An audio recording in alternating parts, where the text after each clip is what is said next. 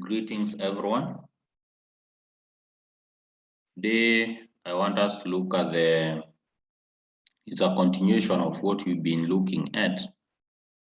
But our topic today is on the quantity or the Keynesian viewpoint on the quantity theory of money. In our previous class, we were looking at the Cambridge or the cash balance approach. And we say that it is superior to the Fisher's quantity theory of money. And the Fisher's quantity theory of money has been criticized by and large.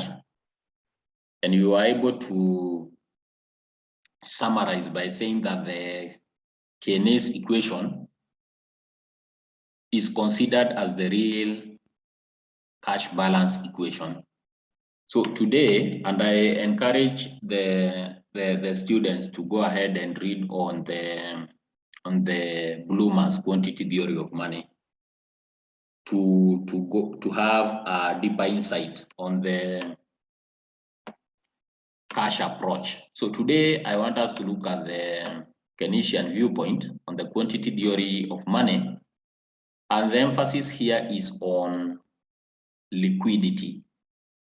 And when we are talking of liquidity, liquidity refers to the degree to which assets can be quickly and cheaply turned into money. Which means, if I give an example, for example, the money that is held in your current account, bank deposit, is liquid in nature because you can withdraw that money immediately, right? Someone who has invested in real estate, let's say office apartments, may take substantial time to dispose of the apartment. And this can even take 3 to 5 years before he or she gets a serious buyer. So although the two people are holding cash, one is liquid, the other one is illiquid.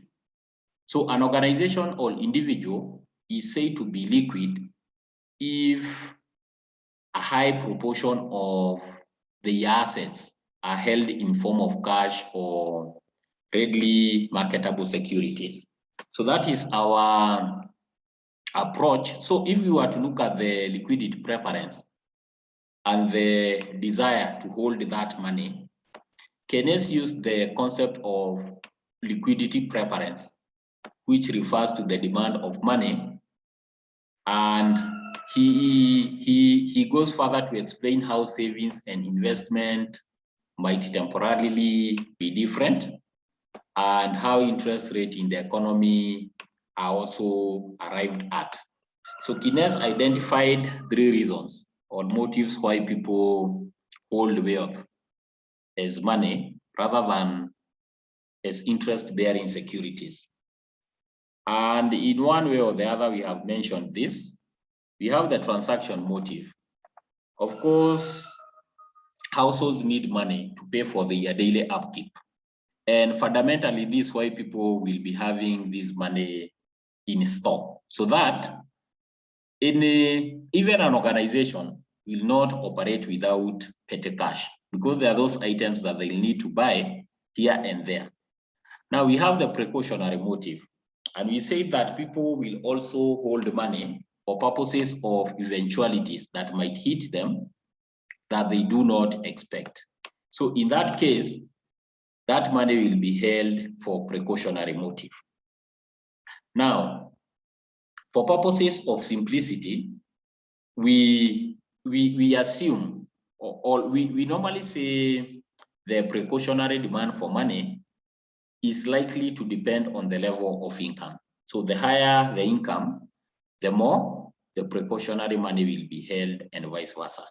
So the interest rates may also influence the precautionary demand. Reason being, interest rate will be viewed as the opportunity cost of holding money And therefore, if the interest rate rise, consumers or the business firms may opt to reduce their precautionary holding and invest in these investment vehicles that are drawing higher interest.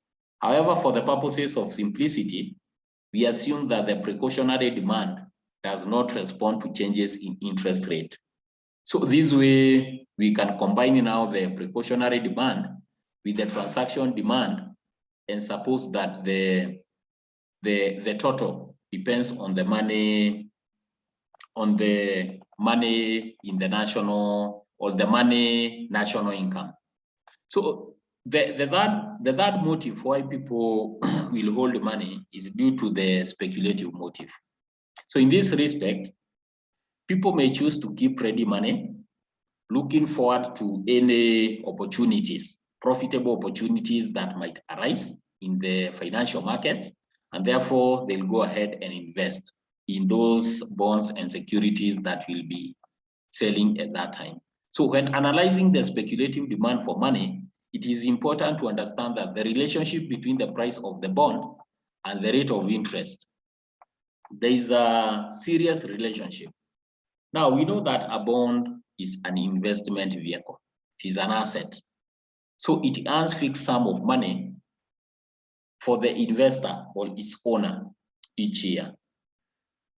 So we can say there is an inverse relationship between the price of the bond and the rate of interest. And this implies that if the interest rate goes up, then the bond prices will fall, and vice versa. You remember 1/P. So individuals would hold money instead of investing in bond if there is an expectation that the interest rates will rise.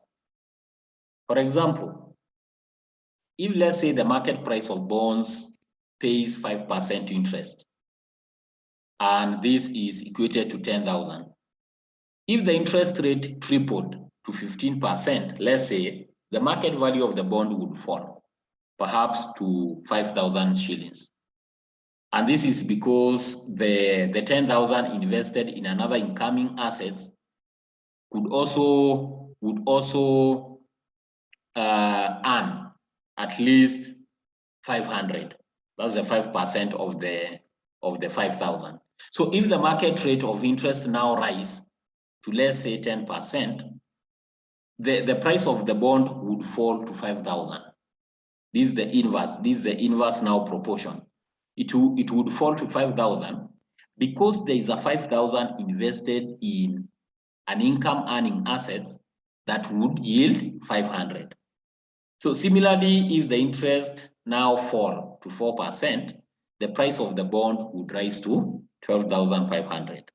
In other words, we are saying that an increase in the rate of interest will reduce the sellable value of a bond, and this signifies a potential capital loss for an investor who bought it at a high price.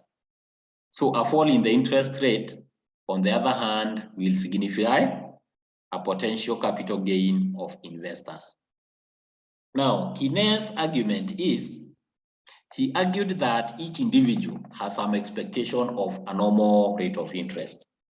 And I said earlier that human beings are inherently risk averse in nature. So everyone will be looking forward to a situation where they won't lose, right? If you knew that you are going to invest your money and lose, you'd rather retain that money. So this notion of normal interest rate reflects previous level and movement of interest rate, and also the expectations of the future level, which is derived from the available market information. And we assume that is an efficient market, and therefore the information is symmetrical. In other words, every investor has the same information. So if the current interest rate were greater than the individual's consumption relating to the normal rate, then the individual would expect the interest rate to decline in the near future, right? It's an assumption. So this implies that the higher the prevailing rates of interest, the greater the number of people who would anticipate that the rate will fall in future. And this is normally the expectation or a trend analysis of the volatility of securities in the securities market. So given a fall in the interest rate implies capital gains for holders of bonds, the theory predicts that if the interest rates are high, there will be a large demand for bonus and therefore a small demand for speculative money balances. You get. On the other hand, if now our interest rates are low, people will expect them to rise in future. So individuals will therefore hold more money in order to satisfy the speculative motive, and consequently the demand for bonds will be lower. So Keynes' arguments is derived on the inverse relationship between the interest rate and the speculative demand for money. If we illustrate, look at what is happening. Now, we are talking of the, let me make my image a bit bigger. I hope everyone can see. So so you can see what is happening. People to try and understand the. So we are saying as the interest rates falls from I1 to I2, we have a fall. So this is our speculative demand curve, right? So this is the demand for money, the curve for speculative demand for money. So we are saying as the interest rate falls from I1 to I2, the speculative demand for money increases from now our Q1 to Q2. So you can see what is happening. As the interest fall, the speculative quantity is increasing. Demand for money is increasing. So when we have the low interest, the lowest interest, for example, in our case is I3, bonds become so unattractive because the prices are high. So you can see the prices, the demand, we can see the prices are so high. So the quantity of money that is needed is increasing. And you can see that our speculative demand is headed to saturation level, which means now the speculative demand for money becomes perfectly elastic. There comes a time when it won't push anymore. It reaches the saturation point. So the total demand for money or the liquidity preference will be found by adding together the three. We've said we have the transaction motive, we have the precautionary motive, and we have the speculative motive. So all these demands added together is what will give us now the total demand for money.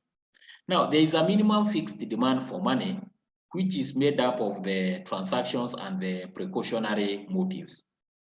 Now, some demand for money, which varies with the interest rate, can be shown on what we call the liquidity preference curve. And the liquidity preference curve is an improvement of, let me just present. This is the liquidity preference curve. So we can say the total demand for money, which has been plotted against the interest rate.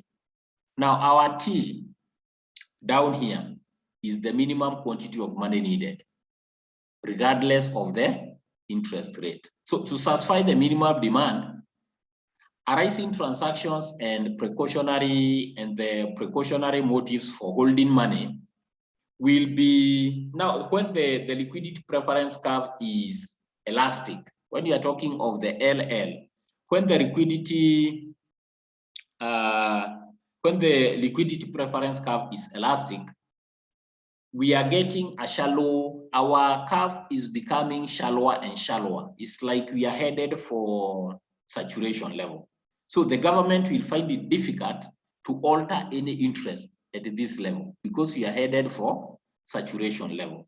So the interest is lowered from now the I1 to I2, and we are seeing an increase of money from now the Q2 to to Q1. So you can see what is happening.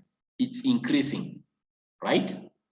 And therefore, an equal fall in the interest rate will now depict, or will it will lead to the saturation level, and that's why the government will try to regulate this. Now, when we talk of the total demand for money, from the I1 to from the I2 to I3, from the I2 to I3, we require much large increase because we are moving. You can see the span now from the Q3 to Q2. Yeah, there is a much large increase in the money supply. So liquidity preference becomes increasingly elastic at lower rates of interest because households are willing to give up large quantities of bond for cash in response to very small changes in the interest rate. And that's why I said human beings are inherently, or investors are inherently risk averse. No one speculates a loss, right? So liquidity preference could even become infinitely elastic. At very, very, very low interest rate, we expect that our curve, the LL curve, will be at some point flat, will be almost a linear reflection as our x-axis at some point when the interest is really small. So liquidity preference could even become very, or what we call, it could be a liquidity trap. It could be a trap. So when the curve is really horizontal, our curve is said to have a liquidity trap. And in this situation, the interest rates are abnormally low.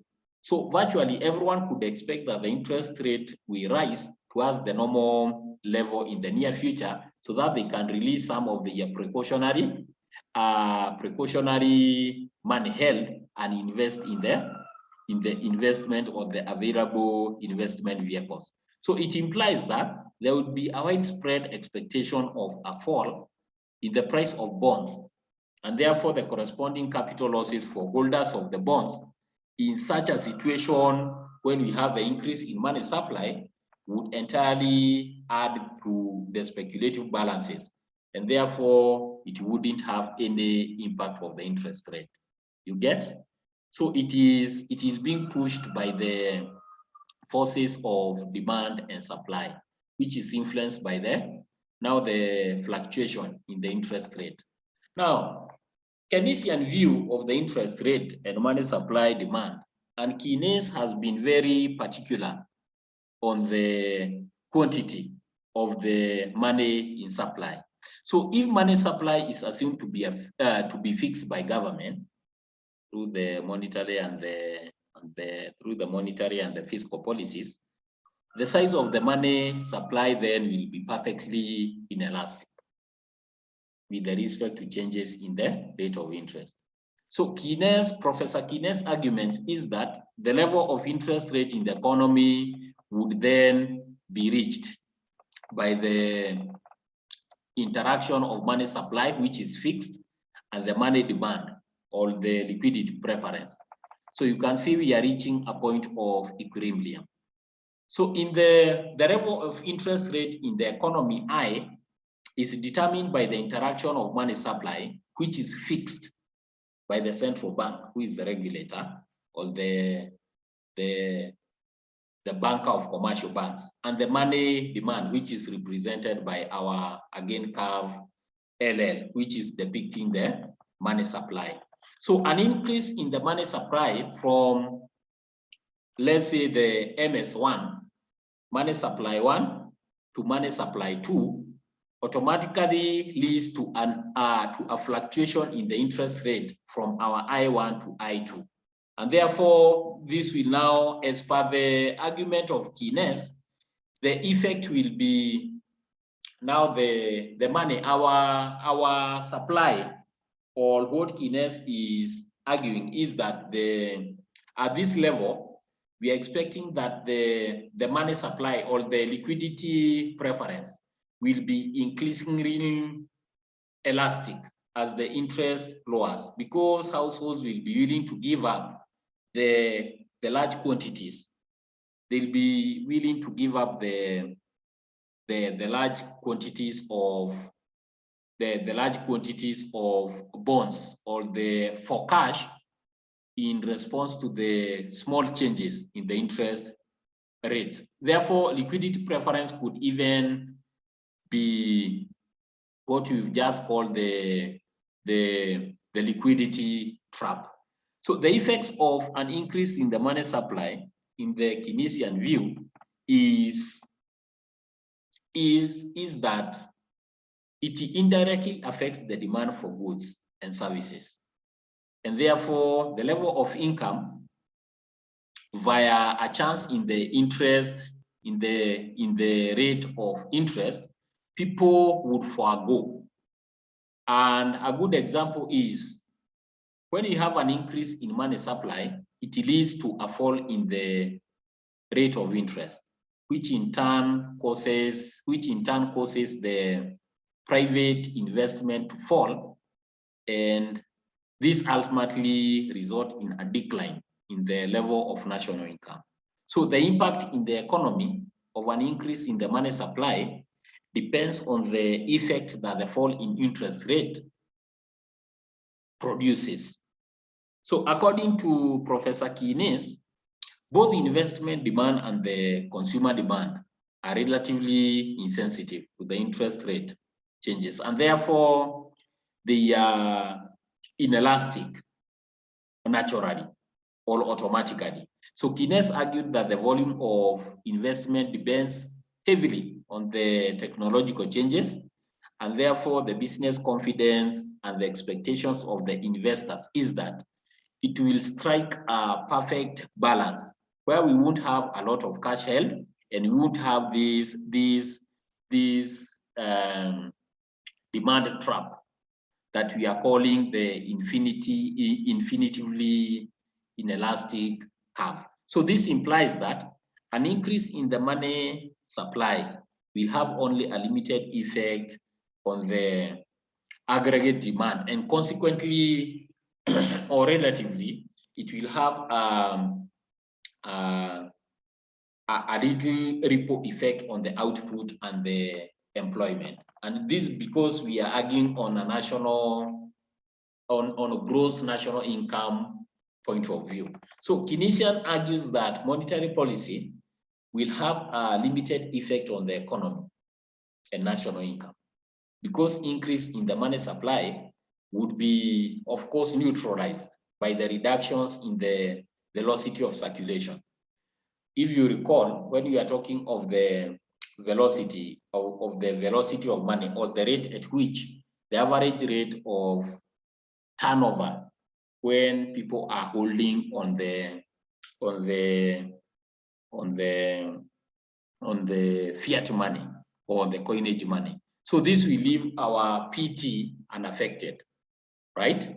Because it will be neutralized by this average rate of turnover. Now, we have the monetarist viewpoint. And the monetarist argues that since money is a direct substitute for all other assets, an increase in the money supply, given a fairly stable velocity of circulation, will have a direct effect on the demand for other assets, since there will be more money to spend on those assets. So we are talking of a diversified portfolio where consumer sovereignty, or rather the investor is given that variety of choices on what investment vehicles they might take the money that they held, or the speculative money that they are holding. So if the total output of the economy is fixed, then an increase in the money supply will directly lead to higher prices. So monetarists reach the same basic conclusion as the old quantity theory of money, that a rise in the money supply will lead to a rise in prices, probably also to a rise in the money income. is a valid argument. So monetarists have also assumed that the velocity of circulation remains fairly constant. So we expect that if the rate of turnover of a note or the fiat money from one individual to another is constant, then taking a view to the old quantity theory, in the short run, the argument is that an increase in the money supply will cause some increase in real output, and therefore an increase in employment, right? In the long run, that is short run. In the long run, the argument is that all increases in the money supply will be reflected in higher prices, unless, of course, there is longer term growth in the economy. So the monetarist argues that the private sector is basically stable, and therefore fundamentally the economic fluctuations are in the appropriate government actions. So monetarist school is therefore, the monetarist school of thought is therefore opposed to the existence of a large public sector and contends that the money supply is likely a key determinant in the production level in the short run and a rate of inflation in the long run. So in order to minimize uncertainty, monetarists advocate that the maintenance of a constant rate of growth of money supply, the monetarist school, to minimize this uncertainty, the monetarists are advocating for the maintenance of a constant rate of growth of money supply.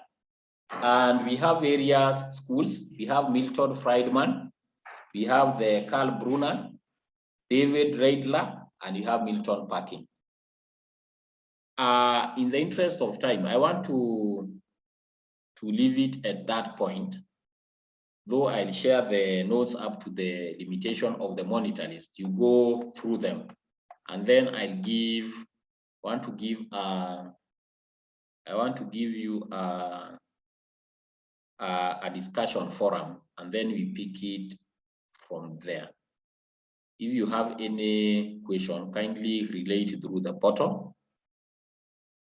I'm headed into the moderation of your exam, so we'll pick it from there. Enjoy your day. Thank you.